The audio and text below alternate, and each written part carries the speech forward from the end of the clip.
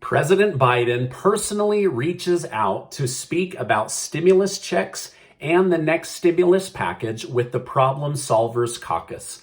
Hello and welcome to today's January 26th, third stimulus check update and trending news. If you're a subscribed member of my community, then welcome back. And if you're not, consider subscribing right now. All right, now don't forget that I'm doing a $2,000 giveaway. And I'm going to be helping 5 families with $400. I apologize that I'm wearing a hat today, but you do not want to see what's under here. I actually got to meet one of my new friends from YouTube. His name is Ron Yates, and you should definitely check out his channel. Okay, now President Biden just did something really smart. He is actually holding and plans to continue holding further meetings with the Problem Solvers Caucus.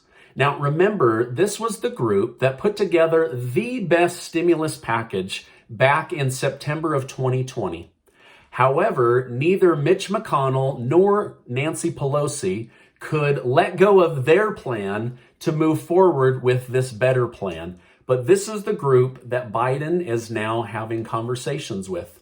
Biden said he plans to meet with both sides of the caucus to fill them in on the needs of the country, his plan, and how to make the next stimulus package the right stimulus package.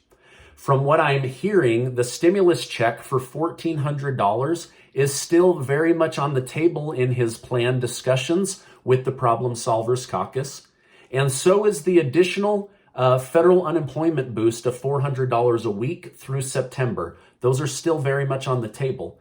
Now, basically, President Biden wants to know the good, the bad, and the ugly of his proposed $1.9 trillion spending stimulus plan. So he's throwing it out there to these groups to solicit feedback and better understand, are we heading in the right direction, the wrong direction? What should be the right size of this?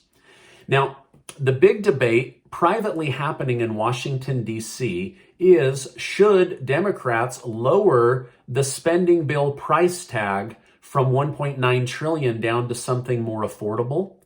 Or should they use one of their 9 reconciliation votes to push the bill through, since they already control a majority in the House and the Senate? So we'll see what they end up doing, but they only have 9 of those over the next 4 years, and so they'll want to spend them wisely. The Democrats have health care bills and also new Green Deal initiatives that they would like to save the reconciliation votes for. So they'll let us know in the next few days whether they think they can get the votes to be able to put this next stimulus package through. Last week, I told you that President Biden was planning to meet with several senators over the weekend. We now have the outcome of that meeting. Many Republicans are skeptical about spending $1.9 trillion, but are open to a smaller plan so long as the plan actually helps with COVID and helps the American people. Also, many want to see where President Biden really wants to spend that money. Like, where is it going? Is it going to foreign countries, pet projects? What is in the bill? We still don't know. Senator Mitt Romney, who originally suggested a stimulus check in March of 2020, and then again in December of 2020, is now very nervous about the amount of money that President Biden wants to spend in his proposal, since we just spent almost $1 trillion 30 days ago under President Trump. So he's very, very nervous about the amount of money that the federal government is taking on. I don't have any of the details just yet, but President Biden's team said that they might be making changes on the income limitation associated with the next $1,400 stimulus check, which would be unfortunate, right? Because they promised a $2,000 check, then they said it was a down payment. Now they're completing the promise of that down payment. So it's kind of been all over the board. But now what they're saying is they may actually eliminate many people that qualified for the $1,200 stimulus check and the $600 stimulus check. Many senators want to see a smaller amount of money going out. And so one way to do that is to lower the income cap, right? For example, last time it was $75,000 for a single tax filer and $150,000 for a married couple. But then it went up from there, and it erased $5 of stimulus money for every $1,000 over the 75 or the 150. This means that Biden and his team might be looking for smaller income requirements. Remember, we had this scare back in, I think it was June or July, where McConnell said, maybe we should lower it to $40,000 and cap it right there. So Biden and his team may actually be bringing that lower amount down, but we don't have the details on that. But I do want to prepare you for the fact that that might be coming, okay? Now, we are seeing a divide on the stimulus package. There are some states that stayed closed longer than others and now desperately need stimulus for state and local governments. There are states that opened earlier and are saying it would be unfair to tax our citizens based on the COVID policies of another state. So there is some divide between the 50 states and how much money would go to each state. Regarding the federal minimum wage boost to $15 an hour, there is some confusion on whether this will be for all employees or just for federal government employees. Right now, what I'm reading is that this will most likely be for U.S. federal employees, and that each state will retain the right to pick their own minimum wage. I'm also reading that each state will be forced to comply with the $15 an hour increase, but that they would be given until 2025 to make those increases. So about 4 years to put that into place.